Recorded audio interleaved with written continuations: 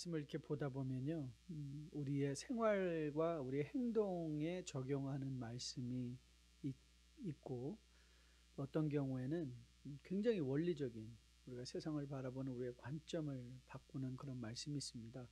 오늘 보면은 그런 차원에서 어떤 단순한 행동 변화라기보다는 우리가 말씀을 적용할 때 우리가 세상을 바라보는 관점에 관련된 좀 중요한 말씀입니다.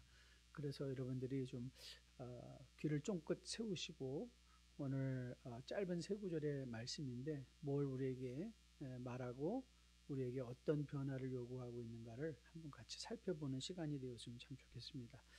교회에서 자주 사용하는 단어 중에 하나, 종말론적인 삶이라는 말이 있습니다. 종말론, 그럼 우리는 항상 시간적으로 생각을 하잖아요. 언제 세상에 끝이 올 것이냐. 돌이켜보면 끝이 먼 것 같지는 않습니다. 그렇죠? 지금 현재 상황을 보면. 하여튼 종말은, 그런데 사실 성경에서 종말론적이다라고 말할 때는 시간적인 개념보다는 삶의 형태, the style of life, 이 삶의 형태를 교훈할 때가 더 많이 있다는 것이죠. 우리가 종말론적인 삶을 산다 그러면 굉장히 이게 우리에게는 신학적으로 들리니까 생소한데, 종말론적이라는 삶을 이 말로 바꾸면 훨씬 더 우리에게 다가옵니다. 종말론적인 삶이라는 건 과도기적인 삶을 산다, 이 뜻이에요. 과도기. 자, 이 과도기란 한 단계에서 다음 단계로 넘어가는 중간 시기를 가리킬 때를 과도기라고 합니다. 그래서 사상이나 제도가 분명히 확립되지 않아서 불안정한 시기를 가리킬 때, 이건 이제 사전적 정의입니다. 사전적 정의를 보시면 그렇게 정의를 해놨어요. 한 단계에서 다음 단계로 넘어가는 중간 시기, 혹은 사상이나 제도 등이 분명하게 확립되지 않아 불안정한 시기를 가리킬 때 사용한 것이 과도기다. 여러분, 성도가 종말론적인 삶을 산다는 것은, 자, 십자가에서 죽으시고 살아나신 그 예수님, 그게 이제 이미 이루어진 단계잖아요. 그런데 그 주님이 다시 오셔서 하나님의 나라, 새하늘과 새 땅을 이 땅에서 완성할 것이다. 그건 미래적이잖아요. 그런데 우리는 지금 어디 있는 거예요? 이 중간 시기를 살아간다. 그래서 그게 과도기예요. 그러니까 이미 온 한 세대와 다시 올 세대의 중간기를 살아가는 것. 그렇죠? Already not yet consummated. 이 두 가지 시대를 살아가는 우리의 삶입니다. 그래서 여러분에게 이미 말씀드린 대로 과도기를 살아가는 삶의 특징은 불안정하다는 거예요. 불안정하다, 그리고 변화입니다. 그러니까 과도기의 특징 두 개를 대세요. 그러면 변화와 불안정성이거든요. 우리가 지금까지 보고 있는 이 사도행전이 마찬가지입니다. 여러분, 사도행전이 우리에게 보여주고 있는 것이 뭐죠? 이전에 있던 것들이 어떻게 변하고 있느냐. 그렇죠? 그러니까 이 시대가 이렇게 변하니까 교회는 얼마나 불안정한 미래를 바라보고 있느냐. 그러니까 지금 교회가 처한 상황 자체가 굉장히 불안정한 상황이란 말이죠.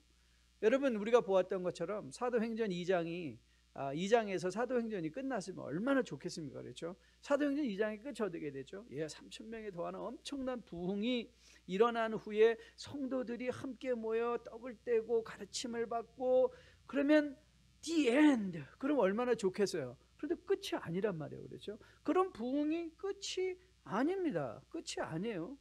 아울러 여러분, 교회가 시작되면서 놀라운 이적들이 많이 일어났잖아요. 이적이 일어난 다음에 끝 하면 좋겠는데 끝이 아니에요. 그렇죠?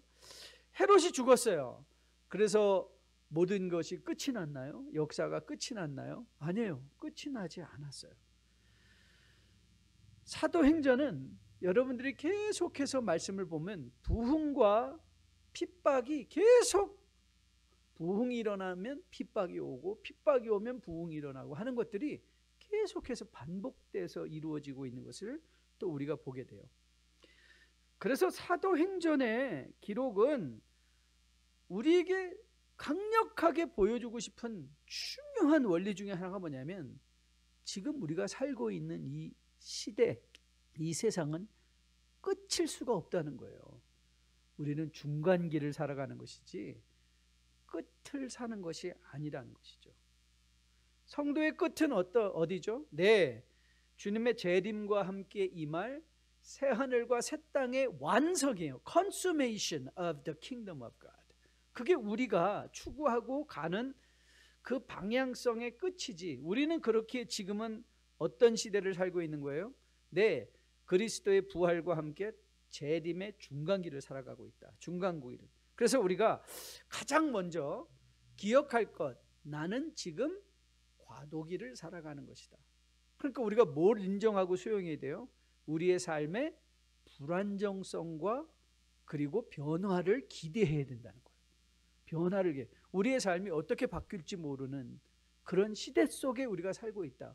그러니까 변화, 여러분, 많은 경우에 변화가 왔을 때 큰 문제는 뭐냐면 변화 자체가 아니라 그 변화를 대처하는 사람들의 반응이 문제인 거예요. 그 변화가 당연한 것으로 수용되어질 때, 그렇죠? 우리는 변화에 적응할 수 있는 것이죠. 자, 그래서 이제 우리가 여러분들이 기억할 것, 이게 뭐냐면 우리에게 굉장한 자유를 줍니다. 여러분, 인생에 한 번 실패 끝 아닙니다. 한 번 성공했다고 끝도 아니에요. 그건 다 중간기의 징검다리에 불과할 뿐이에요. 구약을 보세요.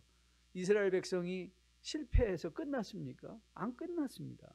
그들이 한 번 성공해 다윗의 놀라운 영광의 다윗 왕국을 이루었어요. 끝이었습니까? 아닙니다.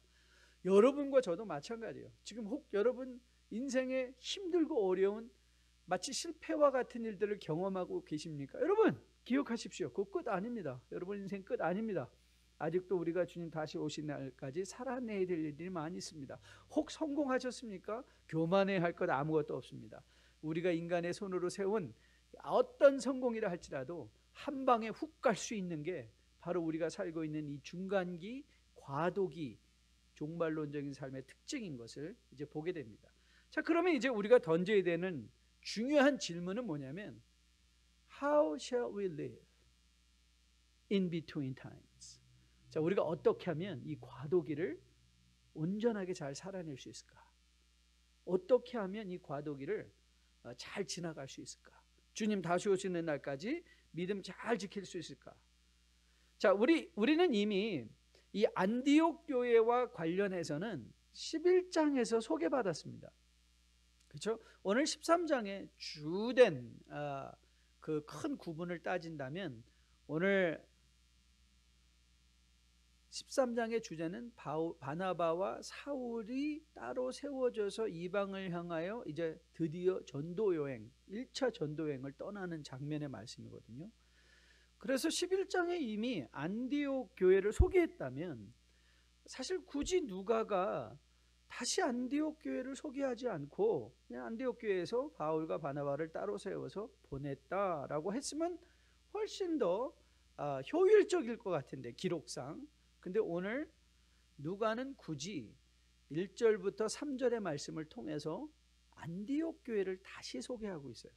아울러 안디옥 교회의 지도자였던 5 지도자들을 소개하고 있는 장면의 말씀을 보게 돼요.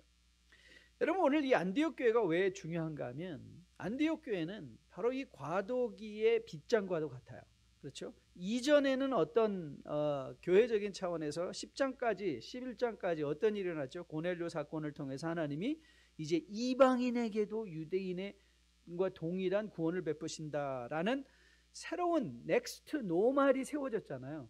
그 넥스트 노말의 중심적으로 교회적으로 공동체적으로 이제 넥스트 노말 이방을 향한 복음 전파의 교두보가 어디냐? 안디옥 교회였다는 거예요. 그러니까 안디옥 교회는 바로 이 과도기적인 삶의 중심에 서 있던. 그래서 우리가 안디옥 교회를 깊이 묵상할 수 있다면, 그리고 그 안디옥 교회를 통하여 우리가 교훈받을 수 있다면, 여러분 우리도 지금 엄청난 과도기죠. 코로나 이전과 코로나 이후. 그렇죠? 그런데 우리는 항상 이런 갈등의 세월을 살고 있어요. 구원받기 전과 구원받은 후의 삶. 그렇죠? 이게 과도기예요. 과도기. 주님이 오셔서 부활한 사건을 체험하고 재림을 기다리고 있는 이 과도기적인 삶.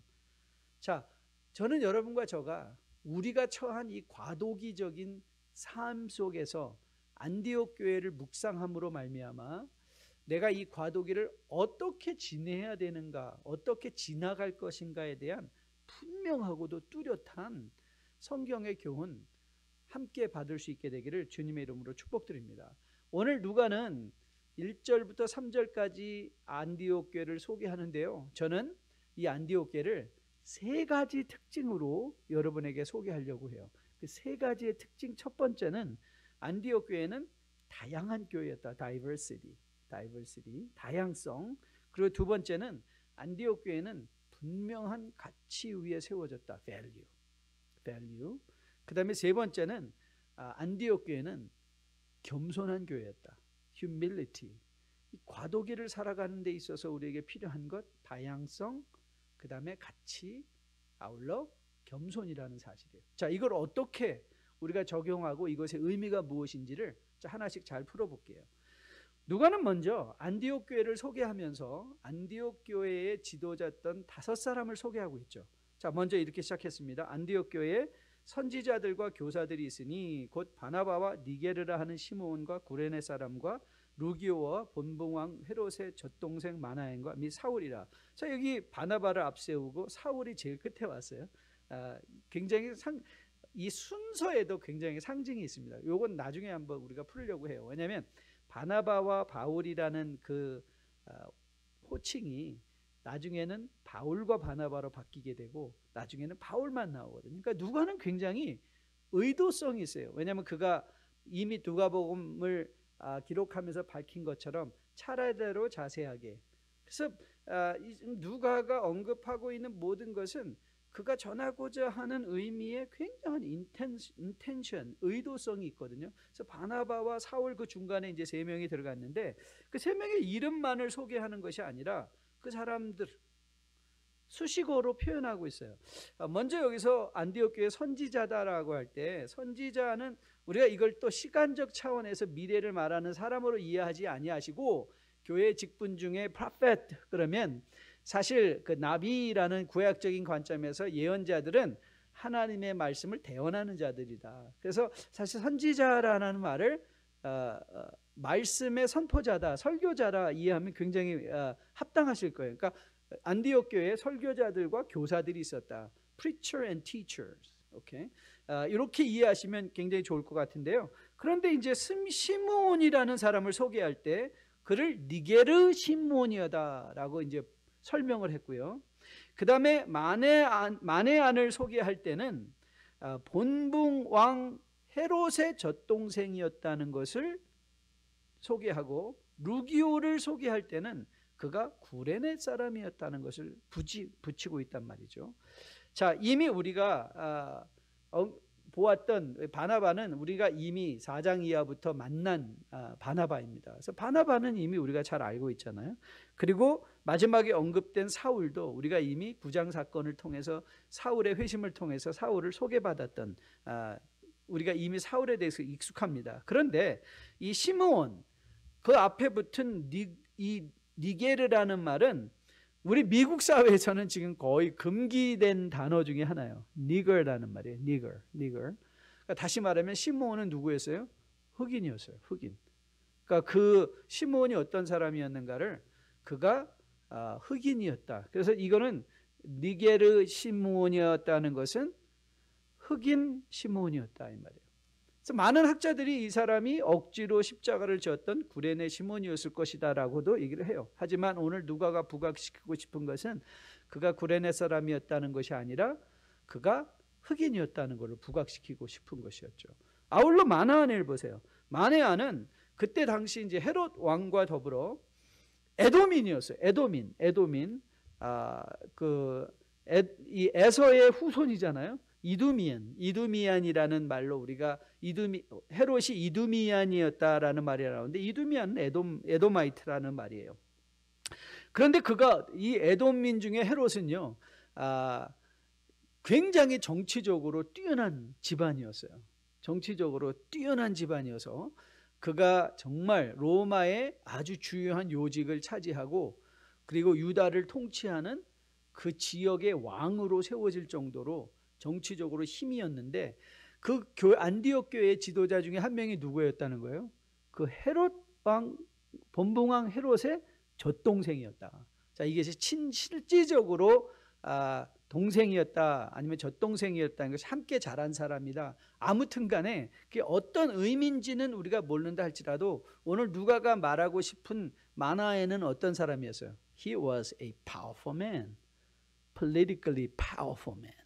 유력하고 정치적으로 힘 있는 사람이었다는 걸 보여주고 싶은 거예요. 루기오를 설명하며 구레네를 등장시켰죠. 자, 구레네는요, 우리가 그 북아프리카에 있는 지역의 도시예요. 그런데 이제 왜 그러면 누가는 이 구레네를 등장시켰을까? 여러분, 이 교회의 복음의 중심지를 모든 사람들은 어디를 생각하고 있었죠? 예루살렘이에요. 예루살렘. 그렇죠. 예루살렘이 중심지였는데 구레네는 뭐예요? 변방이에요. 변방. 그렇죠. 근데 그 변방에서 누가 나온 거예요? 안디옥 교회를 인도하는 지도자가 나왔다는 것을 우리는 보게 돼요. 그리고 우리가 알고 있는 대로 바나바는 신실한 유대인이었고요.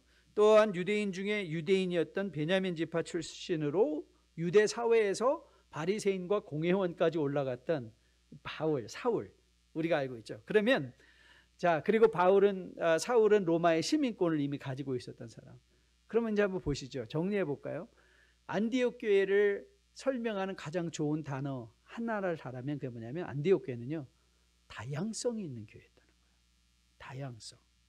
문화적으로, 지역적으로, 정치적으로, 인종적으로 다양한 사람들이 모여 있었어요. 다양한 사람. 여러분, 우리가 지도자들이 이렇게 다양했다는 건 우리가 뭘 쉽게 미루어 짐작할 수 있을까요? 예, 안디옥 교회 교우들도 다양한 사람이었을 거예요. 지도자들이 다양하니까 안디옥 교회에 모여 있는 사람들도 거기로 이방인이요, 유대인이요, 흑인이요, 황인이요, 백인이요, 누구나 할 것 없이 그 교회에 자유롭게 복음으로 다양한 출신 배경을 가지고 그리스도를 통하여 한 공동체를 이룰 수 있었던 교회가 안디옥 교회라는 것을 우리가 보게 되죠. 여러분, 이 안디옥 교회가 왜 다른 어떤 교회보다 이 복음 전파에 과도기적인 복음 전파에 쓰임 받는 교회가 됐는가? 저는 확실하게 믿기로 안디옥 교회가 이런 다양성을 수용한 교회였기 때문이라고 저는 믿습니다. 다양성을 수용한 거예요. 그래서 그 교회는 과도기 때 쓰임 받았어요. 자, 그러면 목사님, 다양성이라는 말을 또 우리가 어떻게 이해할 수 있을까요? 여러분, 다양성을 이해하기 위해서는 두 가지 단어를 거기에 첨부해서 이해하시면 좋아요. 첫째, 다양성을 이루기 위해서 우리에게 필요한 건 열린 마음이에요. open mindedness. 다양성이 수용되기 위해서 또 필요한 게 뭔지 아세요? 유연성이에요. flexibility. So diversity, open mindedness and flexibility는 항상 같이 가는 거예요. 다양성을 수용하는 사람은 열린 마음을 가지고 있는 사람이고요. 다양성을 수용할 수 있는 사람은 상황에 대하여 유연하게 대처할 수 있는 사람이 그게 다양성을 수용할 수 있는 거예요. 전 여러분들이 오늘 주보 칼럼을 꼭 다시 한번 읽어보기를 부탁드립니다. 여러분, 코비드-19 이후 사태는 정말 예측 불허한 사회입니다. 이제 넥스트 노말이 자리 잡히기까지 우리가 사업이나 직장이나 이 모든 것들이요, 우리가 기대하지 못했던 많은 변화들을 우리가 맞이하게 될 것입니다. 철치 우리 이 종교 기관 사역 재개를 이 콜라도 법에 따라서 우리가 하려고 하다 보니까 우리가 변해야 될 게 엄청 많더라고요.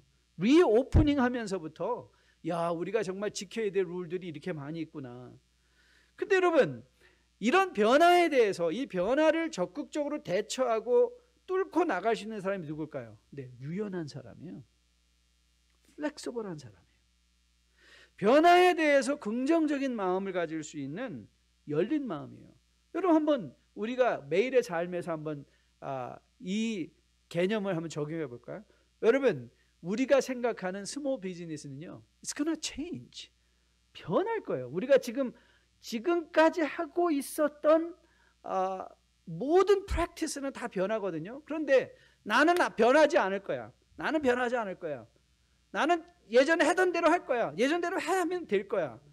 제가 여러 가지 책에 관련된 그 유튜브 강의를 많이 듣는데요. 그 중에 제가 정말 의미 있게 들었던 책에 관련된 유튜브 방송 중에 하나가 그 어떤 책을 거기서 다뤄줬냐면 일본 반도체의 패전이라는 책이었어요. 굉장히 흥미롭게 책을 이거 뭐 제가 이런 책은 살 필요는 없을 것 같은데 책을 잘 요약해서 설명해 줬는데요. 그 요약의 내용이 이 유노가미 카하시라는 사람이 쓴 책인데요. 그 책의 요점은 이거예요. 여러분이 알고 계시는 대로 반도체의 선두에 있던 나라는 일본이었어요. 리퀴드 크리스탈 디스플레이라는 LCD 패널도요. 소니 옛날에 TV 그러면 어떤 TV였어요? 소니예요, 소니. 반도체 하면 어디였어요? 도시바였어요. NEC였어요. 파나소닉이었어요. 그런데 지금 어떻게 됐나요? 거기 지금 일본이 세계에 미치는 반도체의 영향이 그러니까 7%도 안 돼요. 이게 완전히 top of the line에서 최첨단에서 갑자기 뚝 떨어져 버렸잖아요. 일본 사람이 그걸 어떻게 분석을 했는가 하면 이렇게 변한 거예요. 여러분, 기술은요 굉장히 과도적이에요. 한 기술이 10년, 20년 가는 경우가 없어요. 한 기술은요 다음 기술, 여러분 지금 컴퓨터가 우리가 좋다고 하지만 이 컴퓨터가 어떻게 변할지 몰라요. 그러니까 이 과도기적으로 신속하게 미래를 준비할 수 있고 지금 일어나고 있는 현상에 대해서 빠르게 대응을 해야 됐는데 이 일본 반도체들은 일본제 하면 옛날에 다 좋다고 그랬잖아요. 정말 좋았어요. 이 일본 반도체들은 한번 쓰면 안 고장나는 거예요. 근데 안 고장나니까 사람들이 안 사잖아요, 또. 그런데 이게 자꾸 고장나야 새로 사는데, 그러니까 처음에 삼성이나 이 반도체들이 자주 고장났는데 상관이 없었어요. 왜냐하면 어차피 사람들이 모든 기계는 1년, 2년 쓰면 다 스크랩 되게 돼 있어요. 근데 일본 사람들은 그 스크랩을 못 하는 거예요. 너무 좋으니까. 그러다 보니까 뭘 못하게 됐어요? 변화를 수용하지 못하는 거예요.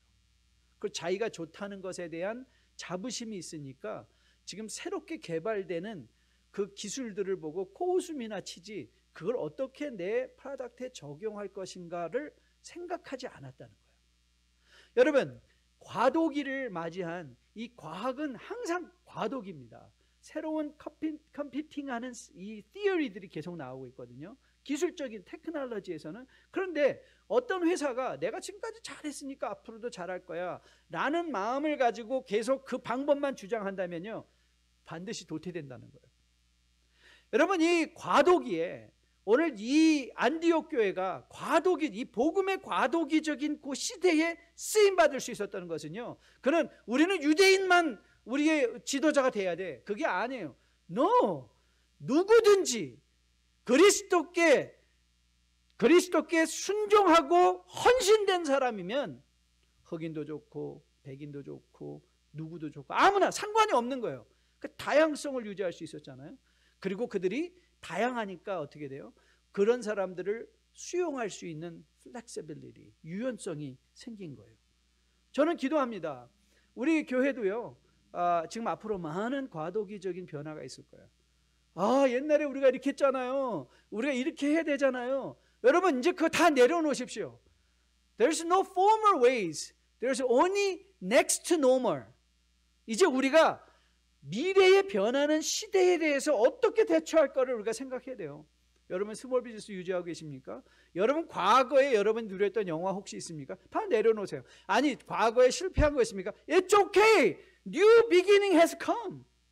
내가 어떻게 이걸 공부하고 어떻게 내가 반응할 것인가, 그 반응을 생각할 수 있으면 저는 이 과도기 시대에 여러분과 우리 교회, 우리 모두가 주님 손에 들려 멋지게 쓰임받을 수 있게 될 것으로 확실하게 믿습니다. 다양성, open mindedness, flexibility. 근데 두 번째 안디옥 교회의 특징이 하나 있습니다. 그 특징이 뭐냐면요, 우리가 혹 다양성, 열린 마음, 유연성을 얘기하다 보면 이게 뭐야? 한국말에 이런 표현이 있죠. 술에 술 탄 듯 물에 물 탄 듯. 이것도 아니고 저것도 아니고 이것도 좋고 저것도 좋고 다 좋다.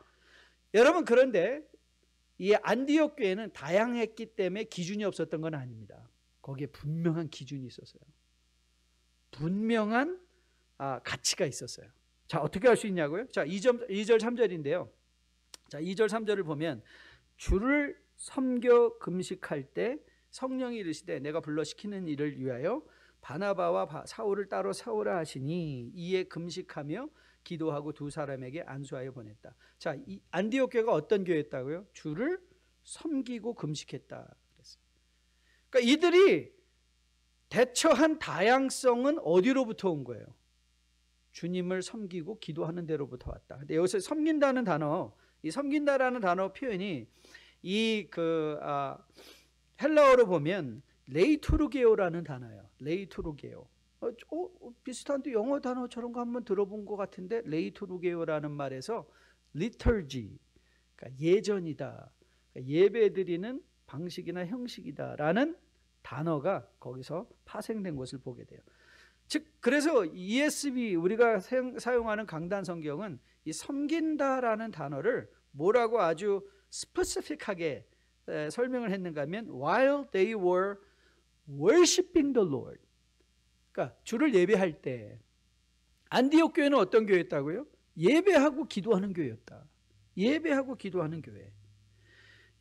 여기서 they, 그러니까 while they worship and fast, pray 이렇게 말할 때 저는 그 day가 이게 5명의 지도자를 가리키는 거냐 아니면 온 교회를 가리키는 거냐. 저는 분명히 온 교회가 함께 예배하고 뭐 지도자들만 뭐 와서 예배 드리겠어요? 아니죠. 다 예배 드릴 거 아니에요. 그러니까는 이 day라는 말은 5명의 지도자를 가리키는 것이 아니라 안디옥 전체 교인들의 특징이었다. 그러니까 그 교회는 어떤 교회였어요? 예배와 기도라는 가치 위에 분명히 세워져 있다는 거예요. 그래서 그 다양성은 어디로부터 온 거예요? 예배와 기도를 통해서 다양성이 온 거예요. 그 다양성을 수용한 거예요. 여러분 오늘 보세요.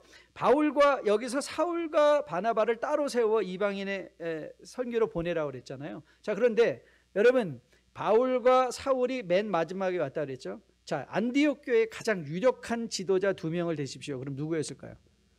The most powerful, cream of the crop. 누구였을까요? 네, 바나바와 사울이었어요. 성령께서 누구를 내보내라는 거예요? 우리가 보통 선교사 파송합니다라고 하면 누구 내보내야 돼요? 부목사들이 대충 선교사 파송받지. 예, 그렇죠? 담임 목사가 나가십시오. 그런 경우는 없잖아요. 모두 담임 목사가 나가면 어떡해요? 우리는 어떡해요? 이렇게 말할 수 있잖아요. 그런데 안디옥 교회는요, 담임 목사, 가장 유능한 담임 목사 2사람을 내보낸 거예요. 어떻게 이럴 수가 있었는가? 간단해요. 거기 이 안디옥 교회는 분명한 가치, 우리 교회가 크는 게 문제가 아니라 복음이 전파되는 것이 우선순위다. 프라이어리티가 분명히 있으니까 복음을 전하기 위해서는 가장 좋은 사람을 보내야 된다. 가장 유능한 사람을 보내야 된다. 그 마음의 결정을 금방 내릴 수 있었던 거예요. 금방 내릴 수 있었어요. 왜요? 복음이 먼저이기 때문에. 예, 영어 표현에 이런 말이 있거든요. It is not about us, but God's glory and His kingdom. 저는 이 말을 굳이 한국말로 번역하는 게 잘 안 되더라고요. It is not about us. 여러분 우리가 사역을 한다는 건요, 우리가 중심이 아니에요. 우리가 목표가 아니에요. But God, His glory and His kingdom. 하나님의 영광과 하나님의 나라를 위한 거예요. 그러니까 하나님의 나라와 영광이 우리의 우선순위에 분명히 딱 우리의 미션으로, 우리의 미션이란 말이 선교라기보다는 사명으로 분명히 같이 자리매김되어 있다면 여러분 그 다음 결정은 굉장히 쉬운 거예요. 그 다음 결정은 쉬운 거예요. 여러분 다양성은요, 그렇기에 어디서부터 출발해요? 분명한 가치의식에서 출발하는 거예요. 여러분 과도기는 흔들리는 시대입니다. 지금 흔들리는 시대예요. 지금 기준이 불분명한 시대입니다. 그래서 쉽게 휩쓸릴 수 있는 가능성이 농후한 시대가 과도기입니다. 하지만 이런 과도기를 정말 기회로 여기고 온전히 하나님 손에 들려 쓰임받는 교회, 성도는 어떤 교회인가? 예배, 기도, 순종, 3가지 가치에 확실히 자리매김된 교회. 저는 뉴라이프 교회, 오이코스에 속한 주의 백성들이 하나님께 예배하고 기도함으로 말미암아 세상을 향한 분명한 가치의식이 세워졌기에 그 가치에 따라 세상의 모든 방법들에 대해서, 세상에 변하고 있는 것들에 대해서 다양성을 수용할 수 있고 다양한 가운데 유연하게 부러지지 않고 이 사회를, 이 세상을 섬기며 주님과 함께 동행하며 살아낼 수 있는 여러분과 저 되기를 주님의 이름으로 축복드립니다. 여러분, 진정한 다양성은요, 자기의 본질을 이해할 때 가능합니다. 대충 이중언어권에서요, 누가 이중언어를 잘하냐, 모국어를 잘하는 사람이 이중언어를 잘합니다. 둘째 언어. 모국어가 좀 안 되면요, 언어 배우는 게 굉장히 힘들어요. 그러니까 자기 말을 잘하면 외국어도 잘할 수 있어요. 자기 문화를 제대로 이해하는 사람은요, 다른 문화를 수용할 수가 있는 거예요. 그러니까 즉 다시 말하면 이 하나님의 세상을 향한 가치가 분명하게 세워져 있으면, 바울이 그래서 고백하잖아요. 유대인들에게는 유대인이 되고 헬라인들에게는 헬라인이 되고 종에게는 종처럼 상전에게는 상전처럼. 그런 유연성이 어디에서 왔나요? 그가 복음을 전하는 사도라는 확실한 자기 정체성이 있으니까 이런 유연성을 가질 수 있게 됐던 거예요. 저는 여러분들이 다시 한번 여러분의 인생의 중요한 미션, 우선순위, 가치들은 무엇인가를 재점검하는 가운데 이 코로나 바이러스 사태를 정말 넘어지거나 부러지는 것이 아니라 온전하게 대처하며 주님의 영광의 자리에 함께 설 수 있는 여러분과 저 되기를 주님의 이름으로 축복드립니다. 자, 다양성, value, 그리고 마지막 세 번째 뭐라 그랬죠? 겸손이에요. humility. What does that mean? 자, 분명한 복음의 가치 위에 다양성을 수용하여 복음 전파의 과도기적 시대를 잘 섬길 수 있었던 안디옥 교회의 특징이 겸손이었다는 거예요. 목사님, 어떻게, how do you read this? 아니, 어떻게 이 안디옥 교회가 겸손했다는 걸 어떻게 알 수 있습니까? 자, 두 가지 단어가 중요하죠. 기도와 금식이에요. 기도와 금식. 기도와 금식. 자, 여러분에게 늘 말씀드렸어요. 기도는 우리가 원하는 것을 얻어내는 수단이 아니라고 그랬어요. 그렇죠? 기도는 우리를 향한 하나님의 선한 뜻을 발견하는 시간이에요. 그래서 마치 겟세마네 기도에서 주님이 원하는 것은 무엇이었죠? 이 잔이 내게서 지나가는 것. 하지만 주님이 마땅히 감당하신 건 뭐였죠? 내 원대로 마옵시고 아버지의 원대로. 그 아버지의 뜻을 아는 것, 순종하는 것이 더 주님께는 중요했던 것을 우리는 보게 돼요.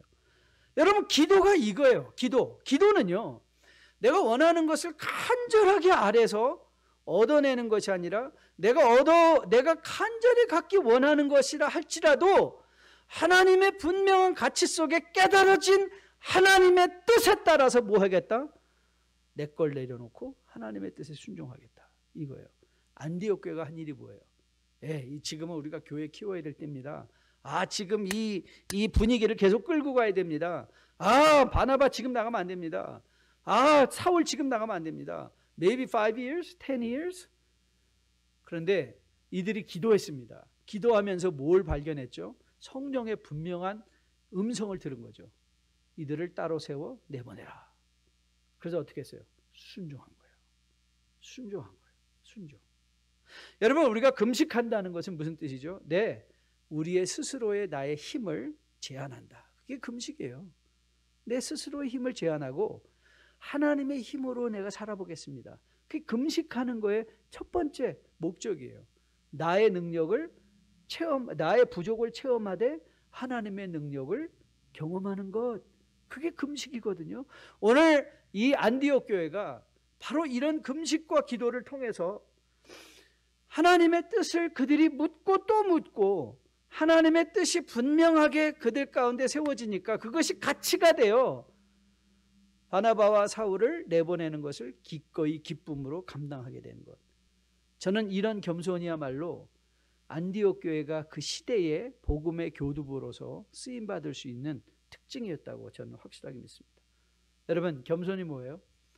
빌립보서 2장에서 겸손을 이렇게 아주 명쾌하게 바울은 설명하죠. 너희 안에 이 마음을 품으라 곧 그리스도 예수의 마음이니. 그 마음은 어떤 마음이었어요? 그는 근본 하나님의 본체시나 하나님과 동등됨으로 취할 것으로 여기지 아니하시고 오히려 자기를 비워 종의 형체를 가지사 사람들과 같이 되었고 사람의 모양으로 나타나서 자기를 낮추시고 죽기까지 복종하셨으니 그 십자가에 죽으십니다. 이런 겸손이에요. 내 자신을 비우고 그 비운 자리에 뭘 채우는 거예요? 우리를 향한 하나님의 선한 뜻을 채우는 것. 그게 겸손이에요. 그래서 겸손은 유약하거나 힘이 없다, 무골호인이다라는 의미가 아니에요. 겸손한 사람은 에너지로 충만해요. 거기에 힘이 있어요.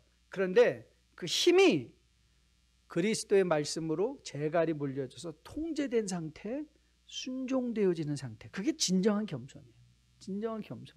우리가 원하는 것들이 다 있지만 하나님의 말씀 그 뜻을 분별하기 위하여 기도하며 금식하며 나아가서 그 하나님의 뜻을 깨달았을 때 그것이 가치가 돼요. 그 가치를 이루기 위하여 모든 것을 수용할 수 있는 다양한 유연한 열린 마음을 가지는 것. 그게 안디옥교회의 특징이었고 저는 여러분과 저의 특징이기를 주님의 이름으로 축복드립니다. 제가 금요 예배 찬양 예배 시간 잠깐 나눴는데요. 제가 성경을 이제 많이 읽으면서요. 조금씩 보이는 것이 있기 시작했어요. 성경이 우리에게 말하고 싶어하는 두 가지 현실이 있다는 것을 보게 됐어요. 즉 성경은 우리에게 계속해서 뭘 보여주냐면 영적인 현실과 세상의 현실을 보여줘요. 사도행전도 그런 차원에서 여러분 다시 한번 읽어보세요. 저는 오늘 아침에도 사도행전을 다시 1장부터 28장까지 다시 읽고 들어왔는데요. 사도행전에는 보세요. 영적인 현실은 뭐예요? 교회가 말씀이 흥왕하여 날로 사람을 더하게 되면 부흥의 역사가 일어나요. 그러면 또 무슨 현실이 있죠? 네, 교회가 계속 깨져요. 바울의 사역 이제 1차 전도 여행 이후에 보세요. 이제 조금 있으면 보겠지만 그가 전도 여행에 가자 서기오 바울이라는 사람이 금방 받아들여요. 그런데 거기에 또 누가 있어요? 마술사 엘루마라는 사람이 생겨서 믿지 못하게 해요. 그가 계속해서 가면 말씀을 받는 사람이 있고 말씀을 거부하는 사람일 뿐만 아니라 거의 대부분 또 16장 이후에 가면 바울이 돌에 맞아 거의 죽은 줄 알고 성 밖에 내버렸는데 거기서 일어나 다시 복음 전하가는 바울도 보게 돼요. 이 두 가지 현실이 계속 반복돼요. 여러분 이스라엘도 보세요. 이스라엘은 계속 흥했다 망했다 흥했다 망했다 그러잖아요. 그런데 그 가운데 변하지 않는 게 있어요. 뭐가 변하지 않죠? 그 영적인 현실을 이끌어 가시는 하나님은 변하지 않으셨어요. 하나님 변하지 않으셨어요. 여러분 우리가 과도기를 살다 보면요. 우리 눈에 뭐가 보이죠? 네, 교회도요. 과도기적인 시대이기 때문에 두 가지 현실이 공존합니다. 주님께서 마태복음 13장에서 말씀하셨잖아요. 가라지와 알곡. 두 가지 현실이에요. 교회 안에 가라지 현실이 있고요. 알곡의 현실이 있어요. 주님을 시험하려고 사람들이 나와서 예수님 우리가 가이사에게 세금을 내야 됩니까? 내지 말아야 됩니까? 그러다 주님께서 뭐라고 말씀하셨죠? 야, 가이사 거는 가이사에게 주고 하나님 건 하나님께 드려. 주님이 우리에게 뭘 말씀하시는가요? 두 가지 현실이에요. 가이사의 현실이 있고 하나님의 현실이 있는 거예요. 우리는 뭐에 집중하라는 거예요? 하나님의 현실. 여러분 지금 코로나 바이러스를 하며 지금 일어나고 있는 정말 이 불신과 이 불의로 말미암아 인저스티스로 말미암아 일어나고 있는 많은 커모션들이 있습니다. 지금 우리 가운데 일어난 많은 혼란스러운 일들이 있어요.